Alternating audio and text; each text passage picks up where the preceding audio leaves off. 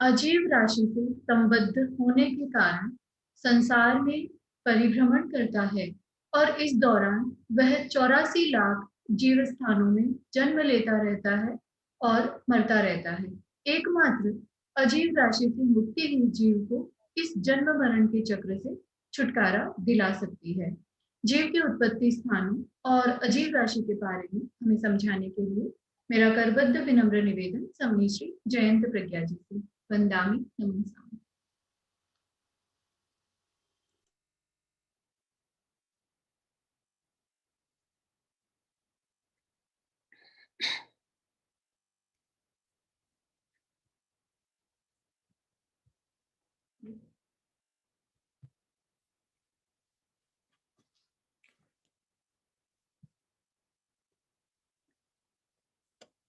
महाप्राण ज्योतिपुंज पूज्य गुरुदेव के चरणों में वंदन।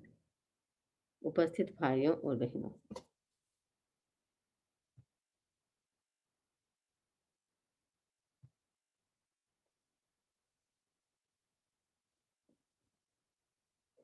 इक्कीसवें बोल की हमारी चर्चा चल रही है। राशि 2, जीव राशि और अजीव राशि। जीव राशि के बारे में हमने कल चर्चा की थी। राशि का मतलब ग्रुप, जीवों के ग्रुप, जीवों के भेद कैसे बनते हैं, कितने प्रकार के होते हैं, उसकी चर्चा हमारी चली थी। तो जीवों के भेद, जीव के 563 भेद बनते हैं। तो ये आपने देख लिया होगा, 20 भवनपति के, 15 परमाधार्मिक देवों के, यानी वो भवनपति का ही एक असुर कुमार जाति है, उनके ही ये भेद है 15, और 16 व्यंतर के, 10 जिम्बिक के, 10 ज्योतिष के, 12 कल्पोपन देव यानी 12 कल्पोपन के देवों के लिए है, और 9 है 9 ग्रविक, 5 अनुत्तर विमान के, 3 किलविशी। ऐसे करते हुए इसमें 9 और नहीं लिखा हुआ है, 9 लोकांतिक देव और है। ऐसे टोटल 99 198 भेद होते हैं देवता के, 303 भेद होते हैं मनुष्य के, 48 भेद होते हैं त्रियंश के, और 14 होते हैं नरक के। ऐसा टोटल मिला करके हमारे 563 बोल बनते हैं। तो 563 ये जीवों के भेद हो गए। अब हम देखेंगे कि ये योनिया कैसे बनती है। जीवों की योनिया 84 लाख जीव योनि है। अब उसका हिसाब किताब क्या है? तो 84 लाख योनि में पृथ्वी काय की 7 लाख, अपकाय की 7 लाख, तेजस काय की 7 लाख, वायु काय की 7 लाख, प्रत्येक वनस्पति की 10 लाख, साधारण वनस्पति की 10 लाख, द्वेंद्रिय की 2 लाख, तेंद्रिय की 2 लाख, चतुरेंद्रिय की 2 लाख, नारकी की 4 लाख, देवता की 4 लाख, पंचेंद्रिय की 4 लाख, और मनुष्य की 14 लाख। अब ये योनि है। अब ये योनिया मूल योनिया नहीं है, ये मूल योनि इससे कम होती है, ये बनती है। जैसे एक चीज होती है, एक चीज के भिन्न भिन्न रंग और भिन्न भिन्न कलर बनाए जाते हैं। जैसे मान लीजिए उदाहरण के रूप में हम दूध ही ले लेते हैं। दूध का एक दूध होता है, उससे कितनी चीजें बन जाती है। तो उसी प्रकार एक योनि होती है, उससे अनेक प्रकार के जीव पैदा हो सकते हैं। कैसे पैदा हो सकते हैं वो हम इसमें देखेंगे। तो योनि कैसे बनती है, मूल योनि कैसे है, इसके आधार पर आप देखेंगे। जो 7 लाख है, पृथ्वी काय की 7 लाख योनि है, उसमें से आप पीछे की 3 बिंदी निकाल दो। 3 बिंदी निकालने से 700 संख्या बन जाती है। उसका आधा पार्ट वो होता है मूल योनि, यानी 350 मूल योनि है। अब ये हर चीज, हर एक योनि के आधा का यही हिसाब किताब है कि आप पीछे की 3 बिंदियां निकाल दो, और निकालने के बाद जो संख्या बचती है उसका आधा पार्ट कर दो, ये मूल योनि मानी जाती है। तो हमारी मूल योनियां जैसे पृथ्वी काय की 350 है, अप काय की भी 350 है, तेजस काय, वायु काय की 350 है, क्योंकि 7 लाख योनियां बनी हुई है। और प्रत्येक वनस्पति की 10 लाख है, उसमें से निकाल दो 3 बिंदी, बाकी बचता है 1000, उसका आधा कर दो तो 500 हो जाएगा। उसी प्रकार साधारण वनस्पति की 14 लाख है, उसमें से 3 बिंदी निकालने से 14,000 बन जाता है, उसका आधा करने से 700 बन जाता है। 1400 बनता है, उसका आधा करने से 700।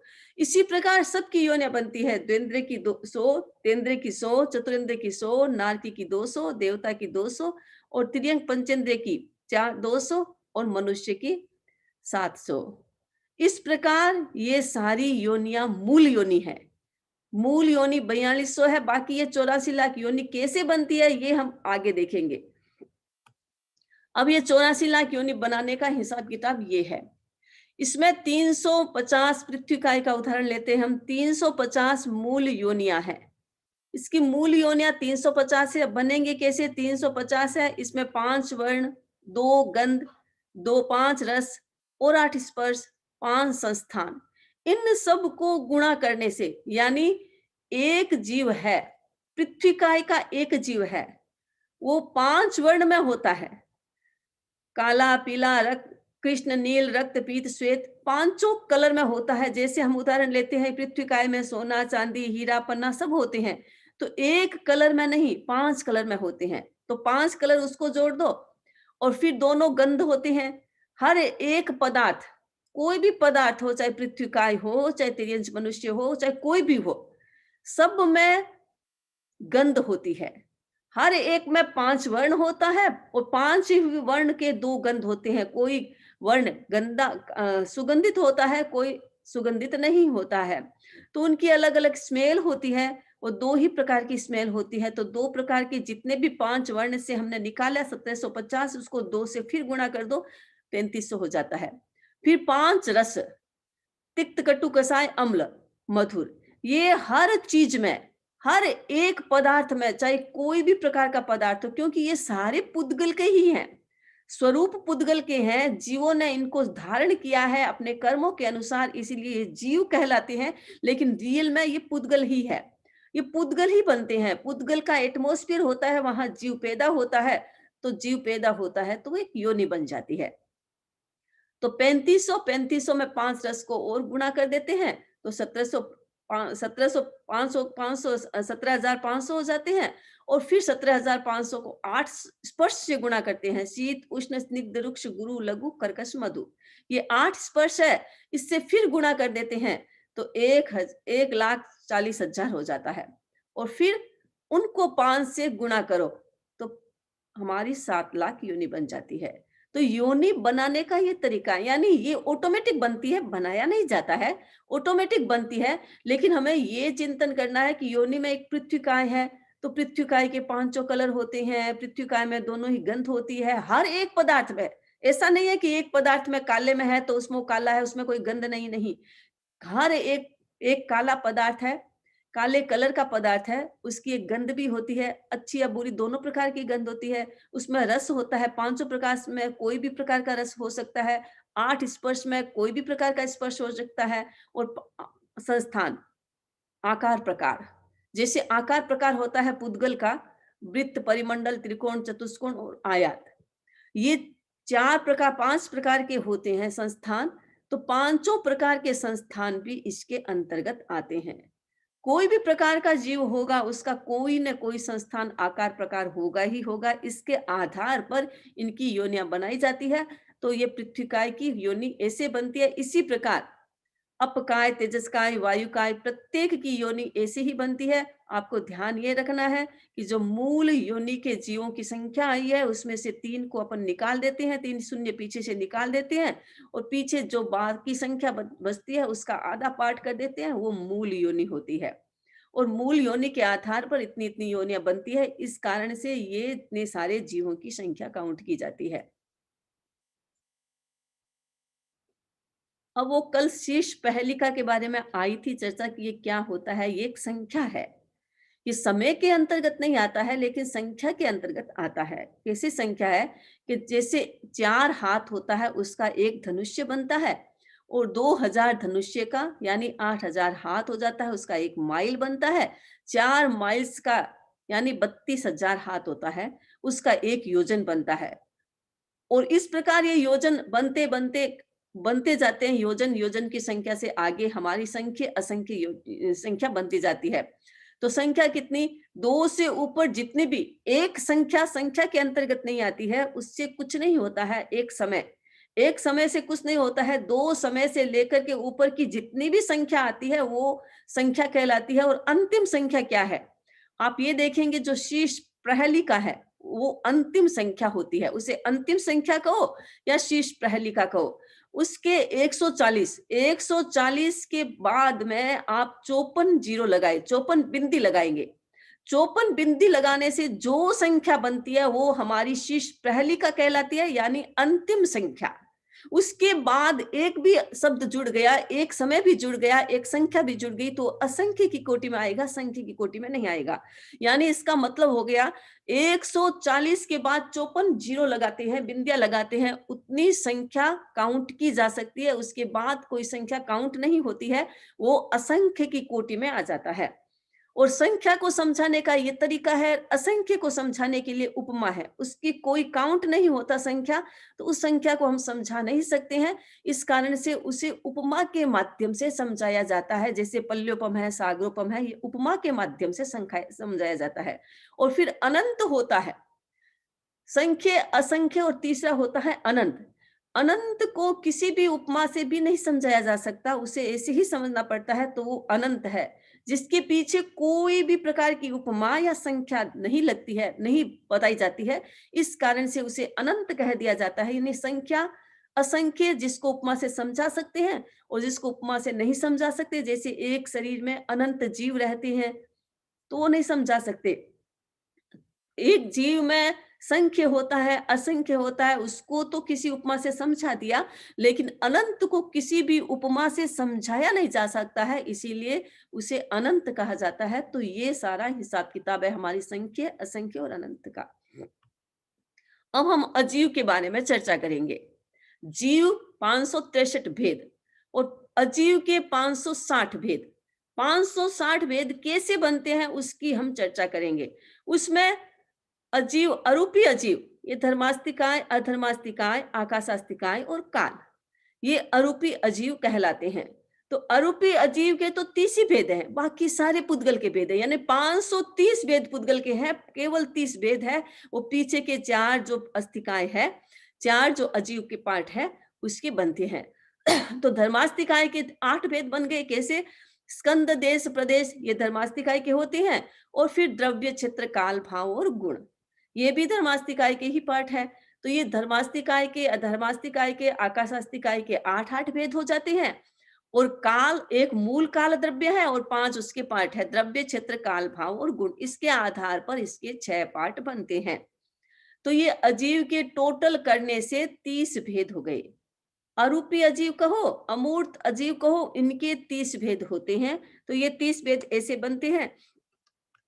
अब हम पुद्गल के 30 भेद होंगे, 563 30 भेद पुद्गल के बनते हैं। वो कैसे बनते हैं उसके आधार पर आप देखेंगे।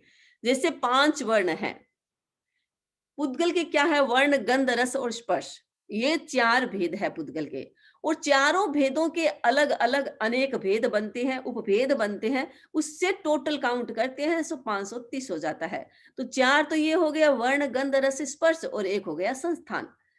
क्योंकि आकार प्रकार को भी काउंट तो किया ही जाएगा, उसका भी आकार प्रकार का भी कोई होता है, स्थान होता है, उसके भी भेद प्रभेद होते हैं, तो उसके आधार पर उसको भी काउंट किया गया है। अब कैसे बनते हैं कि 5 वर्ण है। 5 वर्ण में आपने 2 गंध, 5 स्पर्श, 8 रस, 5 रस, 8 स्पर्श और 5 संस्थान, ये सब जोड़ते हैं तो टोटल कितने? 20 बन जाते हैं। 2 गंध, 5 रस, 8 स्पर्श और 5 संस्थान, ये टोटल हो जाते हैं 20। अब 5 वर्ण है, उसको 20 से गुणा करो तो 100 हो जाता है। यानी कोई भी वर्ण है, जैसा अभी जीवों की संख्या के बारे में आपने देखा कि कोई भी वर्ण होता है, उस वर्ण का कोई न कोई गंध होता है, कोई न कोई रस होता है, कोई न कोई स्पर्श होता है, कोई न कोई आकार प्रकार होता है। तो उसके आधार पर जो 5 वर्ण है, 5 वर्ण को हमने 20 इंटू, यानी ये 5 को 20 से, 20 कौन से हुए? 2 गंध, 5 रस, 8 स्पर्श और 5 संस्थान, ये टोटल मिलाने से 20 हो जाते हैं। 20 को इंटू 5, 5 से हम गुणा करते हैं तो वर्ण के 100 भेद हो गए। उसी प्रकार 2 गंध है, 2 गंध को हम गंध, 2 गंध से उसको गुणा करेंगे, 2 गंध से हम पीछे के जितने भी बचे हैं उनको जोड़ेंगे, तो पीछे कौन से? 5 रस, 5 वर्ण, क्योंकि गंध इसमें निकल गया तो गंध का अपना करना है, तो 5 वर्ण इसमें आ जाएंगे। 5 वर्ण, 5 रस, 8 स्पर्श और 5 संस्थान, टोटल को काउंट करते हैं तो ये 23 बनते हैं। 23 इंटू 2, 2 गंध, यानी 2 प्रकार की गंध वो 23 प्रकार से कन्वर्ट होती है। कैसे होती है? तो 23 से कैसे हो गया 46, 46 गंध के भेद बनते हैं।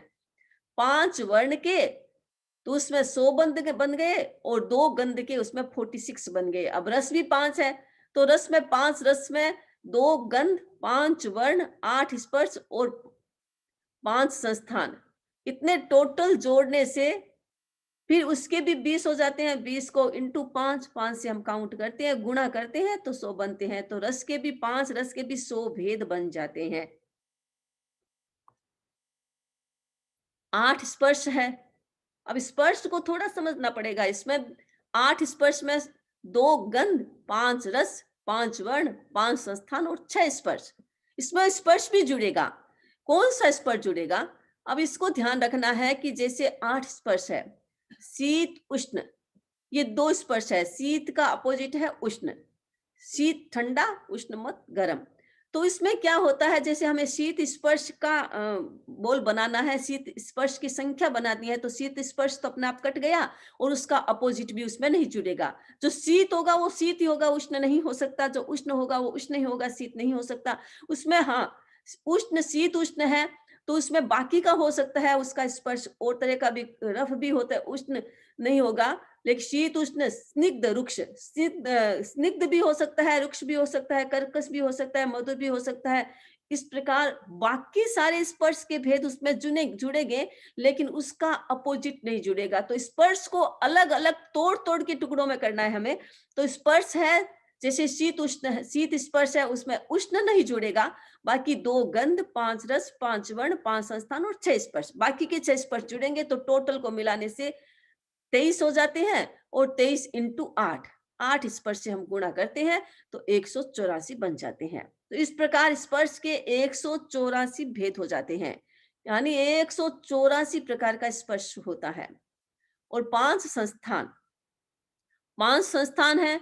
जैसे 5 संस्थान में 5 रस, 5 वर्ण, 8 स्पर्श, 2 गंध, इतना सारा जोड़ने से 20 हो जाता है। और 20 इंटू 5, 5 संस्थान है उससे गुणा करते हैं तो 100 बन जाते हैं। इस प्रकार हमारे पूरे उद्गल के 530 भेद बन जाते हैं। तो कुल हो गया 100 वर्ण, 46 गंध, फिर 100 रस और 184 स्पर्श, इतने काउंट करते हैं। और 100 तो 530, यानी अजीव के 560 भेद हो जाते हैं। तो इस प्रकार अजीव के 560 भेद बनते हैं। तो अमूर्त अजीव के 30 और 560, टोटल 530 पुद्गल के।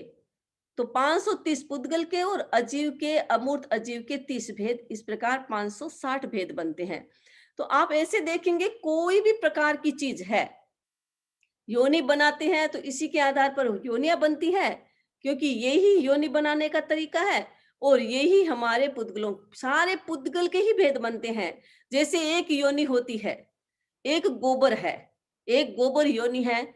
उस गोबर में जीव जो पैदा होता है वो काले कलर का भी हो सकता है, लाल कलर का भी हो सकता है, नीले कलर का भी हो सकता है, व्हाइट कलर का भी हो सकता है और पीले कलर का भी हो सकता है। कलर तो 5 ही मिलेंगे। हाँ, कोई कुछ थोड़ा कम ज्यादा या फीका ज्यादा गहरा होता है, कोई थोड़ा ज्यादा हल्का होता है, और उसके साथ कोई कैसा भी होता है। तो ये 5 प्रकार के कलर वहां रहेंगे ही रहेंगे। जैसे गोबर की ही योनि ले लो, गोबर के 5 ही प्रकार के कलर वहां रहेंगे।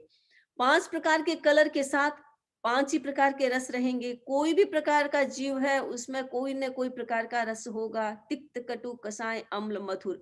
5 प्रकार का कलर है। एक काला कलर ले लो, एक काला कलर है, वो काला कलर उसका कोई न कोई रस होगा, कोई न कोई गंध होगी और उसका कोई न कोई आकार प्रकार होगा। इस प्रकार वर्ण, गंध, रस और स्पर्श और इसके साथ 5 संस्थान, ये टोटल मिलाते हैं तब ही हमारी योनियां बनती है। और टोटल मिलाने से हमारे अजीव के भेद बनते हैं। तो मूल तो अजीव के भेद नहीं है, ये पुद्गल के ही भेद हैं, या पुद्गल के आधार पर ही, क्योंकि सारा कुछ दुनिया में दिखता है वो पुद्गल ही है। तो पुद्गल के आधार पर ही सारी संख्याएं बनती है। वैसे जीव का देखें तो जीव में पृथ्वी काय, अपकाय, तेजस काय, वायु काय, वनस्पति काय, ये है। बाकी देवताओं के भेद है, वो भेद भेद प्रभेद बनते हैं। लेकिन इस अजीव में वहां पर भी जो जितने भी भेद बनते हैं, पृथ्वी काय, अपकाय, तेजस काय, ये जब योनिया बनती है, योनिया भी पुद्गल के आधार पर बनती है और अजीव में भी पुद्गल के, यानी इस दुनिया में जो भी दिखाई देता है वो सारा पुद्गल है। धर्मास्तिकाय, अधर्मास्तिकाय, आकाशास्तिकाय, काल और पुद्गलास्तिकाय, ये 5 द्रव्य हैं। उसमें है एक अजीव, अजीव में 5 में 4 धर्मास्तिकाय, अधर्मास्तिकाय, आकाशास्तिकाय और काल। ये 4 अजीव अमूर्त अजीव कहलाते हैं, यानी जो दिखते नहीं है। धर्मास्तिकाय है जो सहयोग देती है गति में, अधर्मास्तिकाय है जो चलने में, स्थिर रहने में सहयोग देती है, आकाशास्तिकाय है जिसे हमें अवगाहन मिलता है, स्थान मिलता है, अवकाश मिलता है, रहने के लिए स्थान मिलता है, और काल जिसके माध्यम से हम अपने जीवन को मापते हैं। यानी इतना समय बीत गया, इतना समय बाकी रहा है, इतने काल हो गए हैं, वो व्यक्ति इतने वर्ष का हो गया है, वो इतनी एज का हो गया है, उसका इतना नंबर का बर्थडे है। इस प्रकार हम सारा सारा काल के आधार पर नापते हैं। तो ये अजीव के भेद, ये चारों अजीव है, वो दिखाई नहीं देता है, लेकिन फिर भी मनुष्य के लिए या जीव और पुद्गल के लिए निमित्त कारण बनते हैं। 2 कारण होता है, एक निमित्त कारण होता है, एक उपादान कारण होता है। तो उपादान कारण का मतलब है जिसका अपना स्वभाव, अपना नेचर, उसका अपना कारण है। उपादान कारण जीव का अपना होता है, जीव और पुद्गल का, और निमित्त कारण सहयोग देने वाले का होता है। तो निमित्त इतना महत्वपूर्ण नहीं होता है, निमित्त होता है, अगर उपादान ने उसको स्वीकार किया नहीं तो निमित्त कोई काम नहीं करेगा। तो जीव और पुद्गल दोनों के उपादान कारण में गतिशील है, वो गति स्वयं उनका उपादान कारण है, और गति में सहयोग देता है धर्मास्तिकाय, अधर्मास्तिकाय, आकाशास्तिकाय और काल। ये अजीव द्रव्य है। तो ये कैसे, इनके भी भेद प्रभेद के रूप में बताया गया। वैसे धर्मास्तिकाय स्कंद, देश, प्रदेश, जैसा आगे हमने बताया था कि स्कंद, देश, प्रदेश, तो स्कंद का मतलब है पूरे लोक में फैला हुआ है। अब उसका धर्मास्तिकाय के टुकड़े नहीं है, देश और प्रदेश अलग अलग नहीं है, उद्गल के जैसे अलग अलग है, इसीलिए उसके एक नहीं अनेकों भेद बन गए हैं, क्योंकि उसका देश, प्रदेश, स्कंद सब अलग अलग है। लेकिन धर्मास्तिकाय अधर्मास्तिकाय का अलग नहीं है। इस कारण से उनके देश प्रदेश अलग अलग नहीं बनते हैं, उनको ऐसे ही काउंट कर दिया है, क्योंकि पूरा धर्मास्तिकाय एक ही होता है, इसलिए इसको लोकव्यापी कहा है, लोक परिमाण नहीं कहा है। लोकव्यापी का मतलब पूरा व्याप्त है, पूरा फैला हुआ है। कहीं भी ऐसा स्थान नहीं है जहां पर धर्मास्तिकाय नहीं है। पूरा जीव पुद्गल का तो हो सकता है इस स्थान पर है, वो एक समय एक जो छोटा सा पार्ट है वहां पर नहीं होगा जीव। वैसे तो जीवों की संख्या सब जगह है, लेकिन फिर भी एक दूसरे से कनेक्टेड नहीं है, क्योंकि वो सेपरेट है, सारे इंडिविजुअल जीव है। लेकिन धर्मास्तिकाय और अधर्मास्तिकाय और आकाशास्तिकाय में ऐसी सिचुएशन नहीं है, वो सब एक ही जैसे कहलाते हैं। तो धर्मास्तिकाय पूरे लोक में व्याप्त होता है, इसलिए उसका स्कंद ही बनता है। और देश प्रदेश हमने जीव और पुद्गल के आधार पर बना दिया है। जीव और पुद्गल को जैसे काल होता है, समय होता है, वो अढ़ाई द्वीप में ही होता है। अढ़ाई द्वीप के समय के आधार पर मनुष्य देव गति और नरक गति के समय को बता दिया है। वहां ऐसी सिचुएशन है और ऐसा समय बीत जाता है, इतना समय बीत जाता है। एक नाटक देखने में असंख्य समय काल बीत जाता है, असंख्य बीत जाता है। ये कैसे जाना? अढ़ाई द्वीप के काल के आधार पर जाना था। उसी प्रकार धर्मास्तिकाय और अधर्मास्तिकाय के जो स्कंद और प्रदेश होते हैं, उसको भी हम काल के आधार पर मापते हैं, जीव और पुद्गल के आधार पर मापते हैं। जैसे जीव होता है, पुद्गल होता है, वो कितना स्थान ग्रहण करेगा, धर्मास्तिकाय का इतना स्थान ग्रहण करेगा तो वो देश कहला जाता है। फिर उसको इतना देश का छोटा सा एक पार्ट, किनारे का एक पार्ट, वो प्रदेश कहलाता है। जैसे उदाहरण के रूप में हम ले लेते हैं, एक पूरा कपड़े का थान होता है, कपड़े का पूरा थान है, पूरा थान है, वो धर्मास्तिकाय मूल कहलाती है। यानी ये धर्मास्तिकाय है जो पूरा का पूरा कपड़ा, एक भी कपड़े का इंच इधर उधर नहीं है, कटा हुआ नहीं है, पूरा का पूरा पार्ट है, उसको हम धर्मास्तिकाय का स्कंद कहते हैं। अब कपड़े का एक पार्ट आपने निकाल लिया, एक शर्ट बनाना है तो एक कपड़े का पार्ट निकाल लिया, वो शर्ट अलग हो गया तो वो देश कहलाता है। जो पार्ट अलग हो गया है, उस कपड़े से अलग हो गया है, और वो सारा नहीं, एक पार्ट अलग हुआ है, उसको हम देश कहते हैं। और उस देश का जितना जो कपड़ा आपने शर्ट के लिए निकाला उसमें कितने धागे हैं, एक एक धागे हैं, कितने धागों से वो बना हुआ है, जितने सारे धागे हैं उसको हम एक एक धागे को हम परमाणु के रूप में लेते हैं। तो जितने सारे धागे बने हुए हैं, 2 परमाणु, 3 परमाणु, 4 परमाणु, 5 परमाणु, ऐसे स्कंद बनते हैं। तो वो ऐसा स्कंद बन जाता है, जितने धागे हैं उतने परमाणुओं का यहाँ संयोग है, उस कारण से वो स्कंद बन गया। स्कंद कहें उसको और देश कहें, कुछ भी कह सकते हैं। वो स्कंद है, उसका एक छोटा सा पार्ट, एक शर्ट का छोटा सा पार्ट टुकड़ा फिर बाहर निकाल दोगे तो वो स्कंद हो गया और देश बन गया अलग अलग। तो टुकड़े टुकड़े करोगे वो देश हो जाते हैं। और अब टुकड़ों के अंदर जो भी आपने एक पार्ट अलग किया शर्ट के लिए, वो देश बना दिया। मान लीजिए एक थान में से एक पार्ट अलग किया, वो देश हो जाता है। और देश के अंदर से एक धागा निकाल दिया और निकाल दिया, उससे बाहर निकाल दिया उस कपड़े से, तो वो अलग रूप से बाहर निकल गया, तो परमाणु कहलाता है। और उस कपड़े के साथ जो आपने शर्ट के लिए कपड़ा निकाला, उस कपड़े के साथ जो एक धागा साथ में मिला हुआ है, वो धागा उसका प्रदेश कहलाता है। तो स्कंद, देश, प्रदेश, ये धर्मास्तिकाय के भेद हो जाते हैं। अब द्रव्य, क्षेत्र, काल और भाव, ये भी अलग है। प्रश्न हो सकता है कि ये सब तो एक है, फिर अलग अलग क्यों किया? ये भी अलग है, क्योंकि स्कंद, देश, प्रदेश ऐसे उसके माप के आधार पर बता दिए हैं। और द्रव्य, क्षेत्र, काल और भाव वो गुणों के आधार पर बता दिया है कि द्रव्य, धर्मास्तिकाय द्रव्य से कितना है? एक है, क्योंकि इसके टुकड़े नहीं हैं। स्कंद है, इस कारण से वो एक ही है। अब देश प्रदेश उसके बनते हैं, ये एक उद्गल के आधार पर बता दिया, जीव के आधार पर उसके स्कंद और देश बता दिया। वैसे धर्मास्तिकाय की स्कंद, देश, प्रदेश नहीं है। जैसे पूरा का पूरा थान है, उस थान में से एक टुकड़ा निकाला, उस टुकड़े को एक स्थान पर रख लिया, वो धर्मास्तिकाय का एक पार्ट। ये टुकड़ा है, वो स्थिर हो गया, एक स्थान पर रखने से वो कपड़ा स्थिर हो गया, उसको अधर्मास्तिकाय का हेल्प है, उस कारण से वो अस्थिर है। तो इस कारण से हमने धर्मास्तिकाय, अधर्मास्तिकाय और आकाशास्तिकाय के भेद कर दिए, टुकड़े कर दिए, स्कंद, देश, प्रदेश। अब द्रव्य, क्षेत्र, काल, भाव भी यही जुड़ता है। द्रव्य में धर्मास्तिकाय एक है, क्योंकि पूरा स्कंद एक है, स्कंद के आधार पर ही द्रव्य बनते हैं। तो पूरा स्कंद एक है, उसके टुकड़े टुकड़े नहीं है, इसलिए धर्मास्तिकाय एक होती है। क्षेत्र से वो लोक व्यापी है, क्योंकि पूरे लोक में व्याप्त है। लोक परिमाण नहीं है, लोक में उसका कोई माप नहीं है। जीव और पुद्गल का तो माप होता है, लेकिन धर्मास्तिकाय का कोई माप नहीं है, इस कारण से वो एक है, पूरा एक है, पूरा व्याप्त है। एक ग्लास होता है, एक ग्लास में पानी होता है, एक ड्रॉप पानी आपने अलग कर दिया, वो एक ड्रॉप पानी, ड्रॉप ड्रॉप ड्रॉप ड्रॉप आपने इतने सारे गिरा दिए हैं, तो वो तो जीव और पुद्गल के रूप में आ जाता है। लेकिन पूरा गिलास का जो पानी होता है, वो पानी धर्मास्तिकाय का लोकव्यापी क्षेत्र होता है, यानी क्षेत्र के रूप में। ऐसे हम धर्मास्तिकाय, अधर्मास्तिकाय को समझ सकते हैं। क्षेत्र, काल, काल से धर्मास्तिकाय, अधर्मास्तिकाय अनादि काल से चला है, अनंत काल तक चलेगा, क्योंकि ये ब्रह्मांड, इसका कभी समाप्ति नहीं होगी। अवसर्पणी, उत्सर्पणी काल चलते हैं, ये काल चलते हैं, लेकिन ये काल चलते रहते हैं। धर्मास्तिकाय, अधर्मास्तिकाय, आकाशास्तिकाय का नुकसान नहीं करते हैं। ये काल चलता है, मनुष्य और जीव के ऊपर गुजरता है, क्योंकि ये जीव की पर्याय है, पुद्गल की पर्याय है, जीव और पुद्गल के ऊपर गुजरता है, इसलिए इसे काल कह दिया है।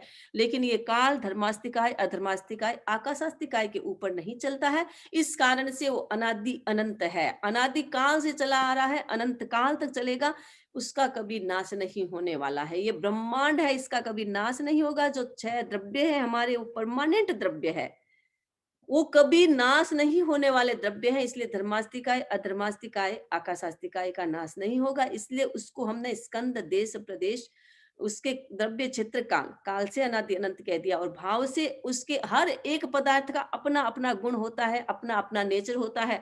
जैसे जीव का नेचर होता है चेतना, और उसका लक्षण होता है उपयोग। चेतना है, जैसे चेतना पृथ्वीकाय, अपकाय, तेजसकाय, वायुकाय आदि जीवों में भी है, लेकिन उपयोग उनमें उनमें कम है। क्यों? क्योंकि वो उपयोग यूज नहीं करते हैं। उपयोग का मतलब है ज्ञान और दर्शन के लिए यूज होना। जो भी जीव का ज्ञान और दर्शन है, उस ज्ञान और दर्शन को प्रैक्टिकल बना देना वो उपयोग होता है। तो ये जीव का अपना लक्षण कहलाता है। तो जीव और पुद्गल का, जैसे जीव का लक्षण चेतना है, उसी प्रकार अजीव का लक्षण भी चेतना है। लेकिन अजीव का लक्षण चेतना तो है, लेकिन हर एक पदार्थ का भी अपना अपना होता है। जैसे मनुष्य होता है, मनुष्य का अलग नेचर होता है। देवता होता है, देवताओं का अलग नेचर होता है। नारकीय जीव होते हैं, उनके अलग नेचर होता है। तिर्यंच में भी अलग अलग रूप के जीव होते हैं, तो उनका अलग अलग नेचर बनता है। उसी प्रकार अजीव के भी अलग अलग नेचर बनते हैं। हर एक पदार्थ का अपना ओरिजिनल जो नेचर होता है, वो उसकी अपनी क्वालिटी होती है, वो उससे कभी अलग नहीं होती। जैसे धर्मास्तिकाय का गुण होता है सहयोग देना, गति में सहयोग देना। जीव और पुद्गल को गति में जितना भी सहयोग देता है, वो धर्मास्तिकाय देता है। तो धर्मास्तिकाय का गुण हो गया सहयोग देना, गतिशील पदार्थों को सहयोग, अगतिशील को नहीं देगा। अधर्मास्तिकाय चलेगी नहीं तो धर्मास्तिकाय उसे सहयोग नहीं देगा। आकाश चलता नहीं है तो धर्मास्तिकाय उसे सहयोग नहीं देता। जो चलता है, गतिशील है, उसको सहयोग देते हैं। जैसे ये पुद्गल की बात आई थी ना वायरस की, ये वायरस पुद्गल है, तो वो गतिशील है, क्योंकि पुद्गल भी गति होता है। तो गतिशील है, वो इतना जल्दी स्प्रेड होता है, इतना जल्दी फैल जाता है, पूरे वाइब्रेशन में आ जाता है। तो इसका कारण ही धर्मास्तिकाय है। धर्मास्तिकाय के आधार पर पुद्गल अपनी गति करता है। गति तो पुद्गल और जीव ही करता है, लेकिन धर्मास्तिकाय के आधार पर करता है। तो धर्मास्तिकाय का अपना गुण हो गया गति में सहयोग देना। उसी प्रकार अधर्मास्तिकाय है, जैसा धर्मास्तिकाय है वैसा का वैसा अधर्मास्तिकाय है। और आकाशास्तिकाय ये लोक और अलोक दोनों में फैला हुआ है। अलोक वो हमारे काम का नहीं है आकाश, क्योंकि वहां पर धर्मास्तिकाय अधर्मास्तिकाय नहीं है। जीव और पुद्गल धर्मास्तिकाय अधर्मास्तिकाय के आधार पर ही गति और स्थिति करता है। जीव और पुद्गल गति नहीं कर सकता जहां धर्मास्तिकाय नहीं है। इसलिए अलोक में अधर्मास्तिकाय धर्मास्तिकाय न होने के कारण जीव और पुद्गल वहां जाते नहीं है। जब जीव पूरा हल्का हो जाता है, वैसे जो भी चीज हल्की होती है ऊपर की ओर उछलती है, जीव और पुद्गल एकदम हल्का हो जाता है तो ऊपर चले जाते हैं। ऊपर कहाँ जाएंगे? जहां तक धर्मास्तिकाय का स्वरूप है, जहां तक अधर्मास्तिकाय का स्वरूप है, वहां तक ही जीव जा सकता है, उसके आगे जा नहीं सकता। वैसे तो पूरा आलोक खाली पड़ा है, जीव इतना हल्का है वो कहीं भी जा सकता है, उसमें ताकत है। पूरे लोक आलोक में घूमने की ताकत जीव में है, लेकिन उसको निमित्त कारण नहीं मिलता है। निमित्त कारण नहीं मिलता है तो आगे बढ़ता नहीं है। जैसे कोई भी बच्चा होता है, अच्छी संगति मिलता है तो अच्छा बन जाता है, बुरी संगति मिलता है तो बुरा बन जाता है। ये निमित्त कारण है। निमित्त कारण जैसा बनता है बच्चा वैसा बन जाता है। ठीक है, वो अपना उपादान तो लेके आता है, कर्म अपना लेके आता है, इस कारण से उसे निमित्त कारण मिलते हैं। लेकिन ये निमित्त कारण के बिना विकास संभव नहीं है। तो निमित्त कारण हमारा धर्मास्तिकाय अधर्मास्तिकाय जीव को मिलता है। इस कारण से सिद्ध जीव जो संपूर्ण कर्मों से मुक्त हो गए हैं, हल्के हो गए हैं, और हल्का हल्का जो होता है ऊपर की ओर उठता है। जैसे धुआं है, धुआं आप करेंगे, चूल्हा जगाएंगे, धुआं होगा तो धुआं नीचे नहीं फैलेगा, वो ऊपर की ओर जाएगा। अरंडी का बीज आपने देखा होगा, अरंडी होता है, अरंडी का एक पौधा होता है, उसका बीज होता है, फल होता है। जैसे ही आपको फल को छोलो, उसमें से बीज निकलेगा। वो बीज इतना हल्का होता है, जैसे ही आपने उसको छोला, वो सूखा अरंडी का पौधा, उससे बीज निकाला, छोला हो तो बीज ऊपर की ओर उछलेगा, क्योंकि वो हल्का होता है। तो जितने भी हल्के चीज होते हैं ऊपर की ओर जाते हैं। जैसे गुब्बारा होता है, गुब्बारा उसमें हवा भरी हुई होती है, बलून होता है, हवा भरी हुई होता है। आप उसने पानी में डालेंगे, समुद्र में डालेंगे तो ऊपर की ओर आएगा। क्यों? कि उस हवा के प्रभाव से वो गुब्बारा हल्का हो गया, वो पुद्गल हल्का हो गया, इस कारण से ऊपर आता है। ठीक उसी प्रकार जीव और पुद्गल, जितने भी जीव और पुद्गल है जिनका एकदम हल्कापन हो गया है, भीतर में कोई प्रकार का भारीपन नहीं है, तो ऊपर जाएगा। लेकिन उसकी भी सीमा है, और लास्ट वहां धर्मास्तिकाय का जहां स्वरूप है, जहां तक धर्मास्तिकाय फैली हुई है, वहां से आगे नहीं जा सकता।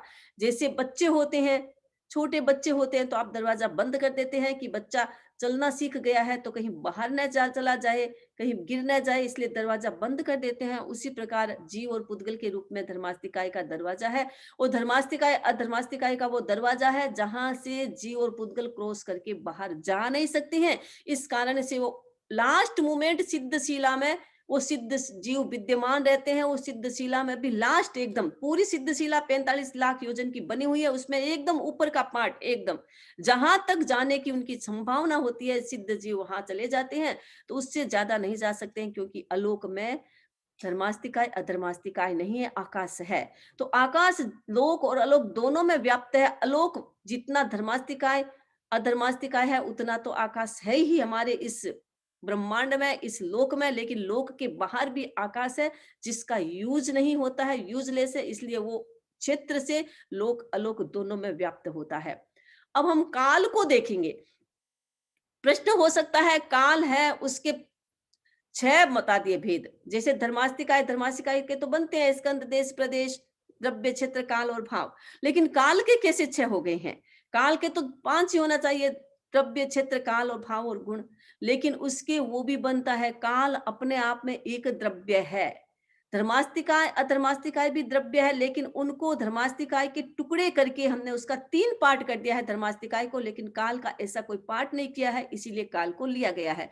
तो काल एक द्रव्य है, उसके साथ वर्ण, गंध, रस, स्पर्श, द्रव्य, क्षेत्र, काल, भाव और गुण, ये भी उनके साथ लिया गया है। तो भाव से द्रव्य, क्षेत्र, काल, द्रव्य से काल है, अनंत है, क्योंकि जीव की अनंत पर्याय हैं, पुद्गल की अनंत पर्याय हैं, और काल पुद्गल और जीव के आधार पर उसका एग्जिस्टेंस है, उसका अस्तित्व है। काल का अपना कोई अस्तित्व नहीं है, जीव और पुद्गल के आधार पर उसका अस्तित्व है। इस कारण से जीव और पुद्गल की अनंत पर्याय है, तो काल की भी अनंत पर्याय हो गई। इसलिए द्रव्य से काल अनंत है। क्षेत्र से, जैसा कल बताया, अढ़ाई द्वीप में व्याप्त है। काल, द्रव्य, क्षेत्र, काल, काल से उसका अपना है, वो अनादि अनंत है। काल से भी, क्योंकि वो नष्ट नहीं होगा। जीव और पुद्गल है अनादि अनंत, तो काल भी अनादि अनंत है। जीव और पुद्गल के ऊपर वो विराजमान रहता है, इस कारण से जीव और पुद्गल के अस्तित्व के साथ उसका अस्तित्व जुड़ा हुआ है, इसलिए वो भी अनादि अनंत है। भाव से काल अमूर्त है, जिस प्रकार जीव अमूर्त है, धर्मास्तिकाय अधर्मास्तिकाय अमूर्त है। अमूर्त का मतलब है जिसमें वर्ण, गंध, रस, स्पर्श नहीं है, जो कभी दिखाई नहीं देता, इसलिए अमूर्त है।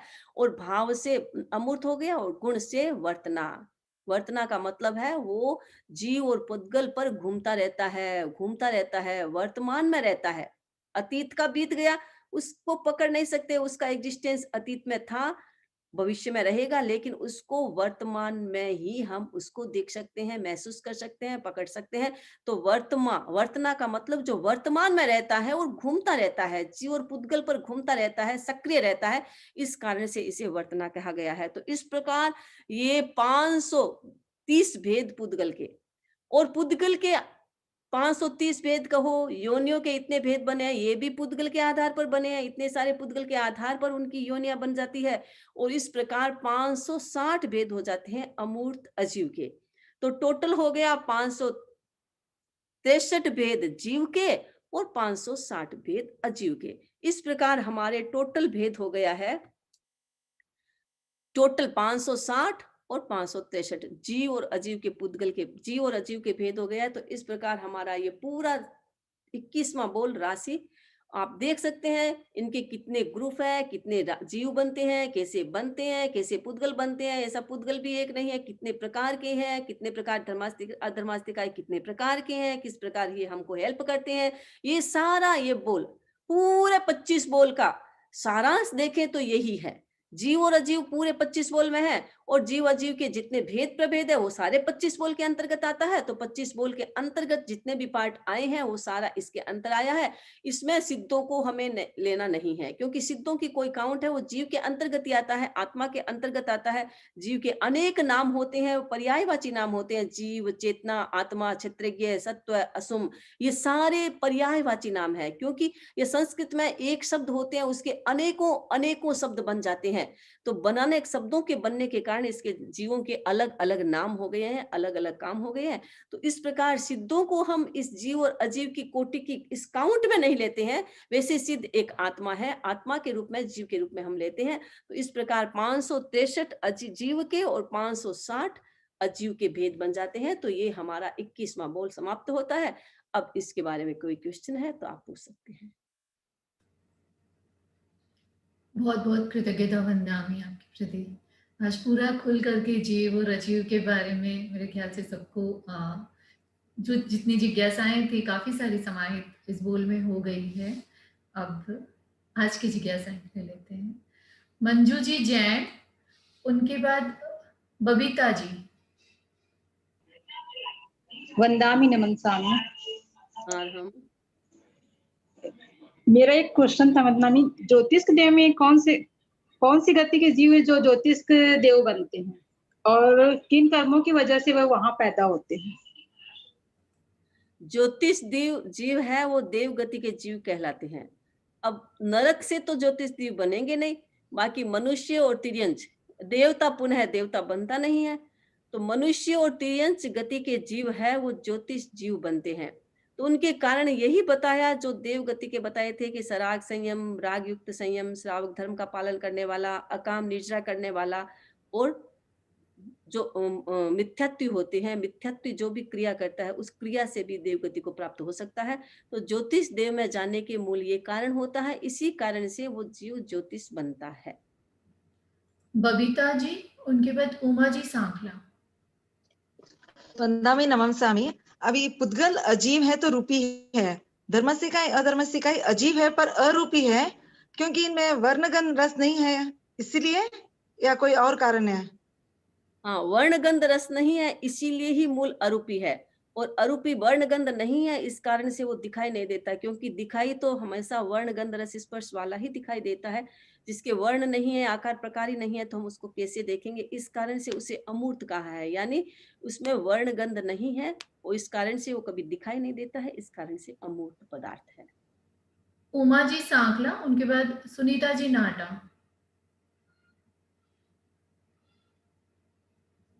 उमा जी सांखला। वंदामी नमन स्वामी। मैं इस क्लास के लिए आपको बहुत बहुत कृतज्ञता ज्ञापित करती हूँ कि बहुत सारे संघ का समाधान हो रहा है।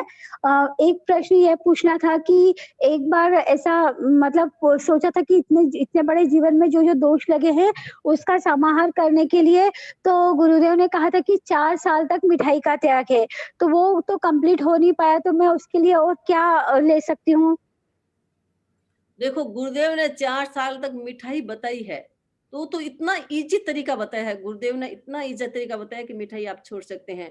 तो आप मिठाई नहीं छोड़ सकते हैं तो पुनः आपको गुरुदेव को ही पूछना पड़ेगा, क्योंकि गुरुदेव ने बताया है तो रिलैक्स गुरुदेव ही कर सकेंगे, हम कोई दूसरे नहीं कर सकते हैं। गुरुदेव जो बताते हैं, दंड प्रायश्चित देते हैं, उसमें गुरुदेव ही वापस आपको ठीक कर सकते हैं या आपका कोई ऑप्शन दे सकते हैं। जब हमारे, ये तो एक जनरल बात मैंने बता दिया है, हमेशा ये ध्यान रखो, हम गुरुदेव से कोई भी प्रायश्चित लेते हैं, दंड लेते हैं, तो गुरुदेव से हमारे से जो गुरुदेव डरवाते हैं वो हमारे से नहीं होता है, पलता नहीं है, तो हम उस समय गुरुदेव को निवेदन कर दे, गुरुदेव ये तो मेरे से होता नहीं है, मुझे दूसरा कोई दिलाए। नहीं तो क्या है, गुरुदेव ने तो दिला दिया और आपने वो पूरा पालन नहीं किया, तो ये तो फिर गड़बड़ हो जाती है ना। प्रायश्चित गुरु ने दे दिया है, इतना इजी तरीका, उपवास नहीं दिया, एकासन नहीं दिया, मिठाई, हम थोड़ा अपना संयम करें तो मिठाई, जो मिठाई होती है, बाहर की मिठाइयाँ होती है, घर में जो मिठाइयाँ बनाई जाती है, उस मिठाई में भी जो मीठी मूल चीजें होती है, जैसे खजूर है, मीठे फ्रूट्स है, वो नहीं आते हैं मिठाई में।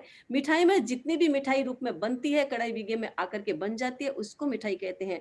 तो हम काफी चीजें मिठाई को छोड़ करके भी हम कर सकते हैं, तो आपको करना चाहिए, मेरा तो यही सुझाव है। फिर तो आपकी अपनी शरीर की योग्यता जैसी होगी वैसा ही होगा, लेकिन आपको ये मिठाई का गुरुदेव ने 4 महीने के दिया है, तो 4 महीने कोई ज्यादा नहीं होता है। 4 महीने आपको मिठाई छोड़नी चाहिए, ताकि आपके भीतर की प्रायश्चित या शुद्धि हो सकती है, जो भी अतीत के दोष लगे हैं उनकी शुद्धि हो सकती है। अगर नहीं कर सकते हैं तो कोई ऑप्शन नहीं है, आप गुरुदेव को ही वापस पूछेंगे, गुरुदेव ही आपको रिलैक्स कर सकते हैं या नया ऑप्शन बता सकते हैं, हम कोई नहीं बता सकते हैं। आप किसी साधु संतों को पूछोगे तो ये कोई भी बताएगा तो ये नहीं होगा, क्योंकि गुरुदेव ने बताया है, दंड दिया है, तो गुरुदेव ही रिलैक्स कर सकते हैं, तो आपको पुनः गुरुदेव को ही पूछना चाहिए। गुरुदेव, गुरु से ऊपर तो हम। हाँ, कोई साधु संत अगर रिलैक्स करते हैं तो ये फिर गलत हो जाता है, क्योंकि नहीं कर सकते हैं साधु संत, और फिर आपका प्रायश्चित, किसी का भी प्रायश्चित होता नहीं है। गुरुदेव ने बताया, उसके ऊपर साधु संत या कोई भी हम समझ जी करे तो ये गलत हो जाता है, उसको हम रिलैक्स नहीं कर सकते हैं। इसलिए पुनः गुरुदेव को पूछो तो ही प्रायश्चित होगा, नहीं तो प्रायश्चित भी नहीं हो पाएगा। सुनीता जी नाटा, उनके बाद संध्या जी सुराना। वंदामी नमन स्वामी।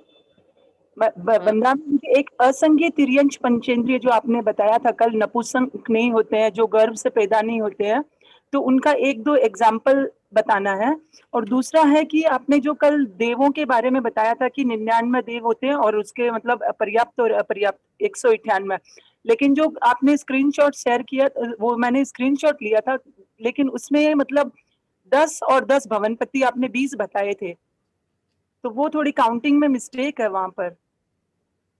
नहीं, वो फिर वापस देख लो, आज भी हो सकता है कि काउंट करने में गलत हो गया होगा, लेकिन वापस उसमें अच्छी तरह से मैंने वो लास्ट में जो बताया था ना, इसने बोलाया है, तो शायद उसमें मैंने ठीक किया है, तो आप देख लो। तो सारे पर्याप्त अपर्याप्त उसमें तो ऐसे ही बताए हैं कि 10-10 बताए हैं, लेकिन लास्ट में बताया कि इनके ही अपर्याप्त और बना लो, तो उससे सारे काउंट कर लो, तो इतने हो जाते हैं। तो वो हो सकता है कि लिखण में गलत हो गया होगा, तो आप उसको ठीक कर सकते हैं। जो भी स्क्रीन पर लिखा हुआ है उसमें मिस्टेक है, तो आप उसको सुधार सकते हैं। लास्ट जो स्लाइड मैंने आज बनाई हुई है उसमें ठीक किया हुआ होगा। और दूसरी बात है कि उदाहरण संगी असंगी जितने भी ये छोटे मोटे जीव होते हैं ना, जीव जंतु, मच्छर, कीड़े मकोड़े जितने भी होते हैं वो सारे असंगी ही होते हैं। और बड़े तिर्यंच जो मन वाले नहीं होते हैं और बड़े बड़े होते हैं तिर्यंच पंचेंद्रिय जीव असंगी, उसको तो हम बता नहीं सकते हैं ना, क्योंकि वो होते तो हाथी घोड़े ऐसे ही जैसे हमारे संगी हाथी घोड़े आप दिखाई देते हैं। गाय नहीं होती है, हाथी घोड़े होते हैं, बैल होते हैं, जो भी पुरुष वाले जीव होते हैं उन सब में से कोई भी जीव नपुंसक हो सकता है, क्योंकि ये तो केवल ही जान सकते हैं। वैसे शायद नपुंसक तिर्यंश पंचेंद्रिय वाले बड़े जीव नपुंसक यहाँ पैदा नहीं होते होंगे, अभी वर्तमान में अवसर्पण के 5वें काल में यहाँ नहीं होते होंगे, क्योंकि वो उस समय वहां होते हैं जब तीर्थंकरों का युग होता है, उस समय होते हैं। अभी भी होते होंगे, कहीं और जगह होते होंगे, हमारे यहाँ अवसर्पणी में शायद नहीं होंगे। वो इतने बड़े संगी पंचेंद्रिय जीव जैसे हाथी घोड़े होते हैं, जितने भी ये पुरुष जाति के होते हैं, उनमें से ही कोई जीव होता है जो नपुंसक भी होता है, जिसको हम नहीं जान सकते, क्योंकि हमारे पास वो ज्ञान नहीं होता है, न अवधि ज्ञान है न केवल ज्ञान है, इसलिए हम उसको जान नहीं सकते हैं। जिनके पास अवधि ज्ञान केवल ज्ञान होता है वो ही बता सकते हैं कि ये जीव संगी है और ये जीव असंगी है। बाकी वो जीव वैसे ही होते हैं। बाकी ये असंगी छोटे मोटे जितने भी जीव है वो सारे असंगी है। समूर्चिम है, असंगी कहो, समूर्चिम कहो, ये सारे वो जीव होते हैं जो 4 इंद्रिय तक आते हैं। मक्खी मच्छर जितने भी जीव, कीड़े मकोड़े जितने भी है, वो सारे जीव इसी के अंतर्गत, असंगी के अंतर्गत ही आते हैं। हाँ, और जहाँ पर भी आपको अगर स्क्रीन में लग रहा होगा सुनीता जी, तो वहां पर वंदामी उसी बोल में और उसी टाइम स्क्रीन के टाइम ही क्लियर भी करते हैं। अगर कुछ कोई काउंट में गलती या कुछ कोई भी ऐसी कोई मिस्टेक होती है, तो आपने जहां पर भी वो स्क्रीन देखी है जिस भी रिकॉर्डिंग में, वहां पर आप सुन भी लें तो वहां पर आपको क्लेरिफिकेशन भी मैं समझती हूँ मिल जाएगा। क्योंकि जो मेरा बोला हुआ है वो करेक्ट होगा, उसमें भी मिस्टेक होगा तो मैंने दूसरी बार सुधार लिया है। बोला है वो करेक्ट होगा, लिखा हुआ हो सकता है उसमें मिस्टेक आ सकती है कभी कभी, तो आप उसको ध्यान से देख लेंगे, सुन भी लेंगे, और उसके बाद दूसरे दिन भी मैं ठीक कर देती हूँ, तो दूसरे दिन की वापस आती है तो उसमें करेक्ट हो जाता है। संध्या जी सुराना, उनके बाद कल्पना जी। वंदामी नमस्कामी। वंदामी, मुझे पूछना है, जैसे 5वां आरा अभी चल रहा है तो उसका कितना समय चला गया और कितना बाकी है? अभी देखो, अभी 2000 चल रहा है ना, तो इसका मतलब 2000 समय बीता है, बाकी 21,000 का है, तो अभी तो इतना सारा बाकी पड़ा है। तो ये जो वर्ष चलते हैं ना, अभी 2000 का चल रहा है, जनवरी मतलब 2000 से अब 21,000 आएगा, तो 2000 का भी चल रहा है पूरा, एकदम ये पूरा 2000 का 100 वर्ष चलेगा। उसके बाद फिर 21वीं शताब्दी जिसको बोलते हैं, तो 21 आएगा, तो ऐसे ऐसे आगे आगे चलता है, तो इसके आधार पर ही वो चलता है। तो 2000 ही बीता है, अभी तो 2000 कुछ वर्ष बीते हैं, कुछ और बाकी तो अभी बाकी है, सारा 21,000 का है ये। कल्पना जी, उनके बाद रानी जी जैन। वंदामी नमंगसामी। ये 21वां बोल चल रहा है, इसलिए बहुत मतलब खराब भी लग रहा है कि 25 बोल की क्लास खत्म हो जाएगी। मैं तो चाहती हूँ कि ये क्लास मतलब कंटिन्यू होती रहे, और आप ये क्लास को खत्म करने के पहले एक बार लोक का नक्शा भी आप जरूर से समझाएं। और मेरा एक प्रश्न है वंदामी कि ये विषम श्रेणी क्या होती है, और वक्र गति में जब जीव जाता है तो आहारक और अनाहारक उसका क्या सिस्टम है, ये थोड़ा सा आप बता दें प्लीज। विषम श्रेणी का मतलब होता है जसम श्रेणी, यानी जहां से जीव को पैदा होना है और जहां जीव है, अभी जहां से मरा है और जहां पैदा होना है, वो एक ही लाइन में है। लाइन में कोई घुमाव नहीं है, लाइन को टेढ़ा मड्डा नहीं है। वक्रता मतलब टेढ़ी मेढ़ी हो जाती है लाइन, तो उसको हम कहते हैं विषम श्रेणी। और उसी लाइन में वो वापस जाकर के पैदा होता है, तो उसको सम श्रेणी कहते हैं। आहारक अनारक की ऐसी व्यवस्था है कि रास्ते में जीव आहारक 2 समय तक वो ज्यादा से ज्यादा अनारक रह सकता है, उसे ज्यादा अनारक नहीं रह सकता, उसे आहार लेना ही पड़ता है। आहार का मतलब उसकी अपनी एनर्जी। तो जो यहाँ से जो एनर्जी लेके जाता है कार्बन शरीर में, वो एनर्जी होती है। तो कार्बन शरीर और तेजस शरीर दोनों साथ में चलते हैं, उनमें वो एनर्जी है, वहां से यहाँ से लेके गए हैं वो औदारिक शरीर से। तो जो एनर्जी लेके गए हैं उसके आधार पर वो 2 समय तो निकाल देंगे कार्बन और तेजस शरीर, उससे ज्यादा नहीं निकाल सकते हैं। तो इसीलिए कहीं कहीं 4 समय लगता है। तो ये ऐसा होता है कि यहाँ से आहार लेके गया और फिर वो घुमाव करता है, तो कार्बन शरीर अपनी शक्ति से, क्योंकि वो तेजस शरीर के पास शक्ति होती है, उस तेजस शरीर से शक्ति लेकर के वो आहार लेकर के यहाँ से गया, आहार बीच में वहां जाकर के पैदा होता है। तो पहले समय में ऐसे मतलब वो ऐसे होता है कि पहले समय में वो नहीं लिया, दूसरे समय में उसने ले लिया, ऐसे पहले समय में ले लिया और जाकर के तीसरे चौथे समय में वापस ले लेता है। तो इस प्रकार बीच में एक बार घुमाव करता है। तो कार्बन शरीर अपनी शक्ति नहीं, कार्बन शरीर के पास तो जो एनर्जी थी वो एनर्जी खत्म हो गई, क्योंकि हम चलते हैं फिरते हैं तो हमें एनर्जी तो चाहिए ना, एनर्जी गति करने के लिए एनर्जी चाहिए। तो एनर्जी कार्बन और उद्गल और जीव यहाँ से लेके जाता है और वास्ते में उसको नहीं मिलता है, तो वो तेजस शरीर के सहयोग से आगे बढ़ता है। कार्बन शरीर, तेजस शरीर तो एनर्जी वाला ही शरीर होता है, उससे वो एनर्जी लेकर के आगे बढ़ता है। तो आहारक का मतलब है आहार, एनर्जी, शक्ति। आहार का मतलब ये आहार नहीं है जो हम खाते हैं, वो आहार नहीं है, जो हमारी एनर्जी है, उस आहार से जो शक्ति बनती है, एनर्जी बनती है, काम तो हम उस एनर्जी से करते हैं, इस आहार से नहीं करते हैं। तो जो एनर्जी बनती है, उस एनर्जी, जो एनर्जी कन्वर्ट होती है, तो जीव मरता है तो यहाँ से आहार लेके ही जाता है और वहां जाकर के वापस आहार ले लेता है। लेकिन बीच का जो काल होता है उसमें वो कार्बन शरीर अपनी एनर्जी साथ में लेके जाता है, उसके आधार पर जीव काम करता है। रानी जी जैन, उनके बाद सोनम जी डागा। वंदामि नमस्कामी, आपके प्रति बहुत बहुत कृतज्ञता। मेरे 2 प्रश्न थे। एक तो है, कोई भी मंत्र का 21 दिन का संकल्प लेके अभिजीत मुहूर्त में चालू किया और बुधवार के दिन अभिजीत मुहूर्त नहीं आता है, तो उस दिन नहीं करना है और काउंट भी नहीं करना है। और दूसरा प्रश्न, आज की कार्यशाला में 8 स्पर्श उसके बारे में बताया कि 2 गंध, 5 रस, 5 वर्ण, 5 संस्थान और 6 स्पर्श। तो ये अगर शीत को निकालेंगे तो 7 काउंट होने चाहिए ना? पहला तो आपने प्रश्न पूछा था कि वो विजय मुहूर्त में, तो वो ऐसा नहीं है कि आप हर चीज को, हम क्या करते हैं एक बार सुनते हैं और उसी चीज को दिमाग में फिक्स कर लेते हैं। हम रिलैक्स रहें, क्योंकि उसमें मुहूर्त और भी आता है। विजय मुहूर्त बुधवार को नहीं है तो बुधवार को हम नहीं कर सकते हैं। लेकिन जो जाप आपने स्टार्ट कर दिया, मान लीजिए बुधवार को आपने वो जाप स्टार्ट कर दिया है, तो जाप को आप खंडित नहीं कर सकते। आपको करना है, चाहे बुधवार आओ, चाहे गुरुवार आओ, चाहे अभिजीत मुहूर्त हो या नया मुहूर्त हो। प्रारंभ करने का मुहूर्त होता है, स्टार्ट और एंड करने का कोई मुहूर्त नहीं होता। इसलिए प्रारंभ करो, वो समय देख कर करो। अभिजीत मुहूर्त में भी कर सकते हैं और बाकी के दुगड़िए भी बहुत अच्छे अच्छे आते हैं, उसमें भी कर सकते हैं।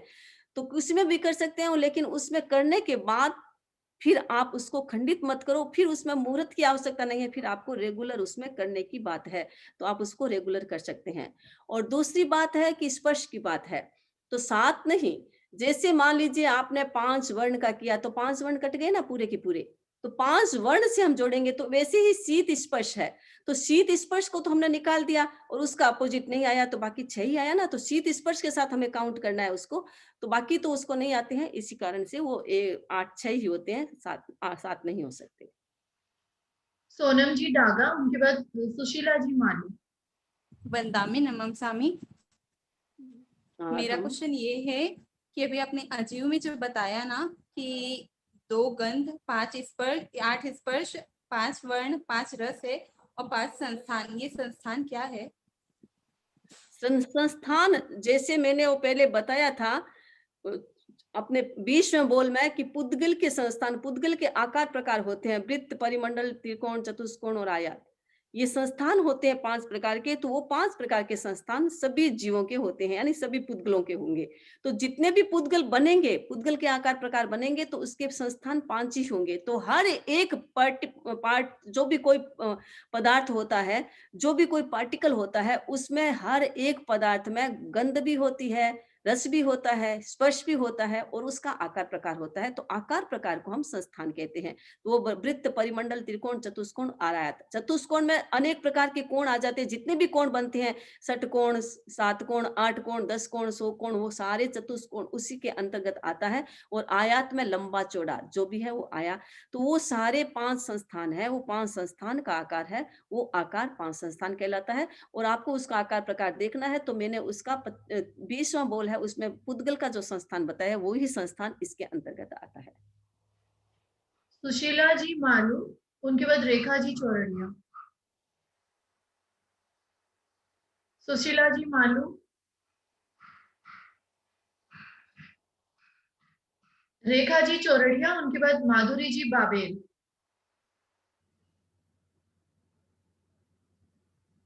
रेखा जी चौरड़िया, आप म्यूट हैं। वंदामी नमनसामी, आपकी सुख साता होगी। वंदामी, जैसे आपने 25 बोल की क्लास करवाई ना, वैसे मैं ये चाहती हूँ कि एक बार आप मतलब 14 नियम जो त्याग लेते हैं हम लोग, उसकी क्लास आप एक बार जरूर से करवा दें। वंदामी, दूसरी बात मैं ये पूछना चाहती थी कि आप इंडिया कब पधारेंगे, क्योंकि मुझे ऐसा लगता है कि क्वेश्चनों की लिस्ट बन गई और इतना पूछना हर व्यक्ति के लिए पॉसिबल नहीं है, पर इंडिया आती तो आपके दर्शन करना पॉसिबल हो जाएगा। तो आप कब तक पधारेंगे वो भी जरूर बताएं।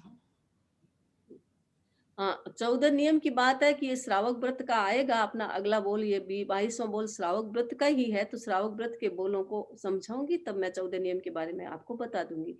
अब काफी प्रश्न आपके हैं, तो आप प्रश्न को रखे, उसको खोजे और कहीं साधु संत है तो उनको पूछे। अब इंडिया आने का तो ऐसा है कि ये माहौल चेंज हो जाएगा, कोरोना का माहौल चेंज हो गया, तो हम तो इंडिया आने के लिए तैयार है, गुरुदेव के दर्शन करने के लिए तैयार है, लेकिन ये माहौल ऐसा है इस कारण से हम रुके हुए हैं।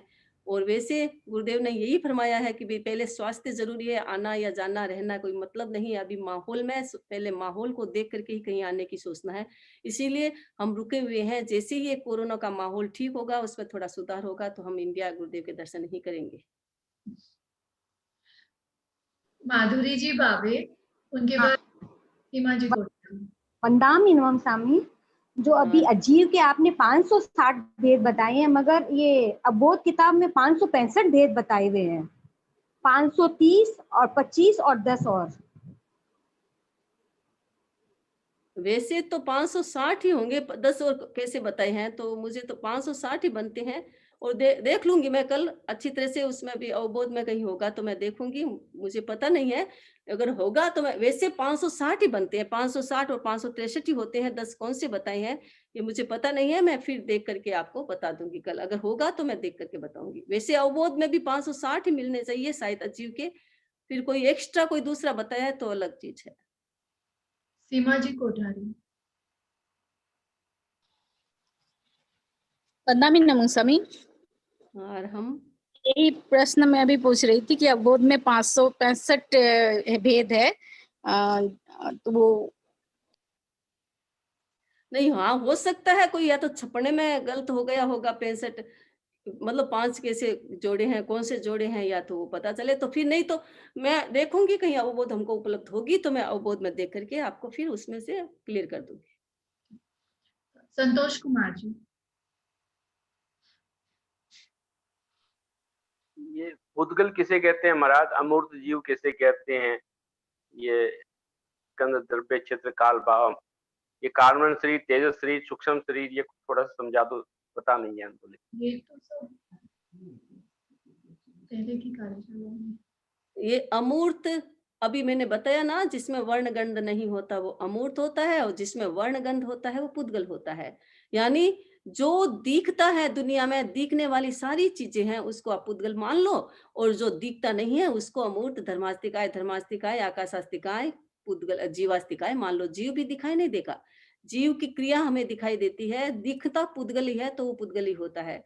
और कार्मण शरीर, तेजस शरीर हर एक जीव के साथ है। जो हमारा कर्म होता है, जो हम कर्म करते हैं, वो कर्म एक एक तो कर्म होता है, वो ग्रुप रूप में हो जाता है, समूह रूप में होता है। जैसे एक एक ईंट होती है और एक घर बन जाता है, तो ईंट है वो तो कर्म है, और पूरा ईंट से घर बन गया वो कर्म शरीर है। तो उसी प्रकार आत्मा के साथ जो चिपके हुए हैं कर्म, वो तो कर्म है, और उसका उस कर्म का समूह हो गया, ग्रुप हो गया, वो कर्म शरीर है। और उसी प्रकार तेजस शरीर जो हमारी आत्मा में शक्ति है, जो आत्मा में, हमारी आत्मा में हीट है, एनर्जी है, वो एनर्जी हीट आप ऐसा समझ लो बाहर से कि वो ही तेजस शरीर है। जब आदमी मरता है तो देखो उसके शरीर से हीट निकल जाती है, गर्मी निकल जाती है, इसका मतलब तेजस शरीर गायब हो गया। तो तेजस और कार्बन शरीर से गायब हो जाता है तो हीट निकल जाती है। तो जो हमारे शरीर में हीट होती है, गर्मी पैदा होती है, एनर्जी मिलती है, वो सारा तेजस शरीर है। तो आप इस प्रकार तेजस और कर्म शरीर को आप समझ सकते हैं। और पीछे से जितने भी 25 बोल आपने, हो सकता है आपने नहीं सुना होगा पीछे वाले, तो आप एक बार YouTube देख करके पीछे वाले जहां भी कर्मों की चर्चा है वहां पर कार्बन और तेजस शरीर को मैंने क्लियर रूप से बताया, स्पष्ट बताया है, तो और आपको इजी तरह से समझ में आ जाएगा। वैसे मैं संक्षिप्त में आपको ऐसे समझाती हूँ।